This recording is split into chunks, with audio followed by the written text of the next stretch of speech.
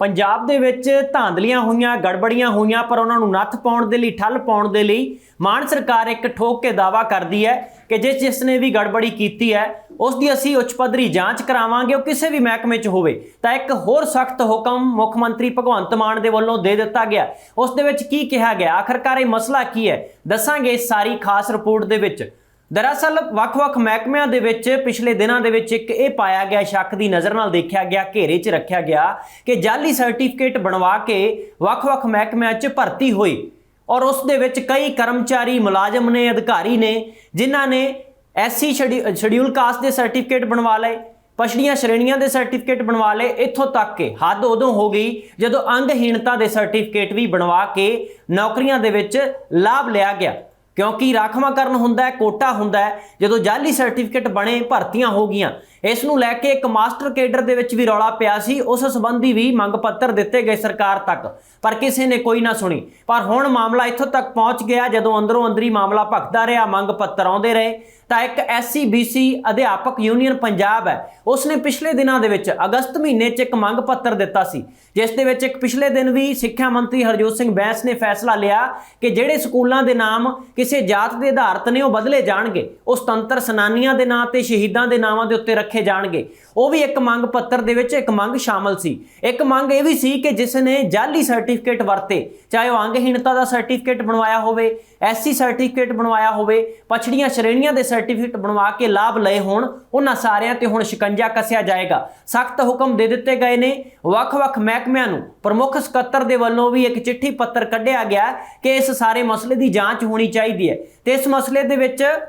समाजिक न्याय महकमे ने एक पत्र कढ़ दिता, जिस दे मंत्री ने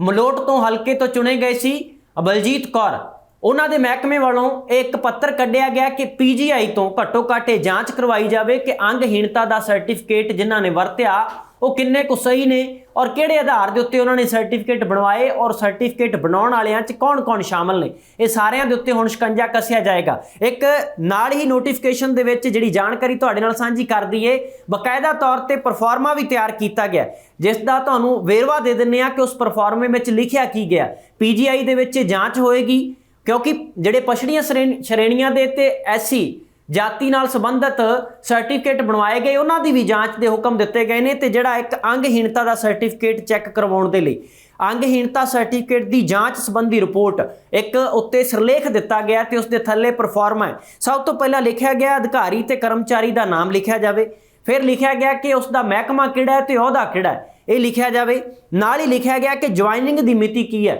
किसी महकमे च हो सकता किसी की 2021 च भर्ती हुई हो सकता श्रोमणी अकाली दल ते भाजपा की गठजोड़ वाली सरकार वेले 2014-15 वेले भी कोई भर्ती हुई होवे, उदों की ज्वाइनिंग डेट होवे, तां उसकी जिहड़ी तैनाती कित्थे है, किहड़े थां दे उत्ते काम कर रहा, किहड़े महकमे च काम कर रहा, यह भी वेरवा दस्सण की लोड़ है। इस दे नाल ही उन्होंने लिखा कि दिव्यांगता का जिहड़ा लिया गया लाभ है वो भर्ती समय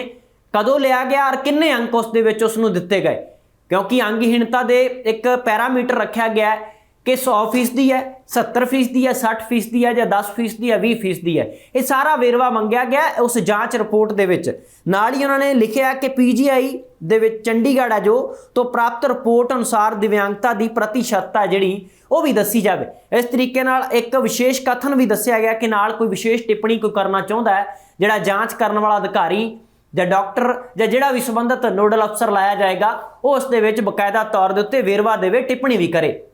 ये सारा परफॉर्मा दिता गया। हुण मुख मंत्री भगवंत मान नूं जदों इस गल का पता लगता है कि इस तरीके नाल कोई पिछले समयां दे विच पिछलियां सरकारां च भर्ती हुई सी, उस दे विच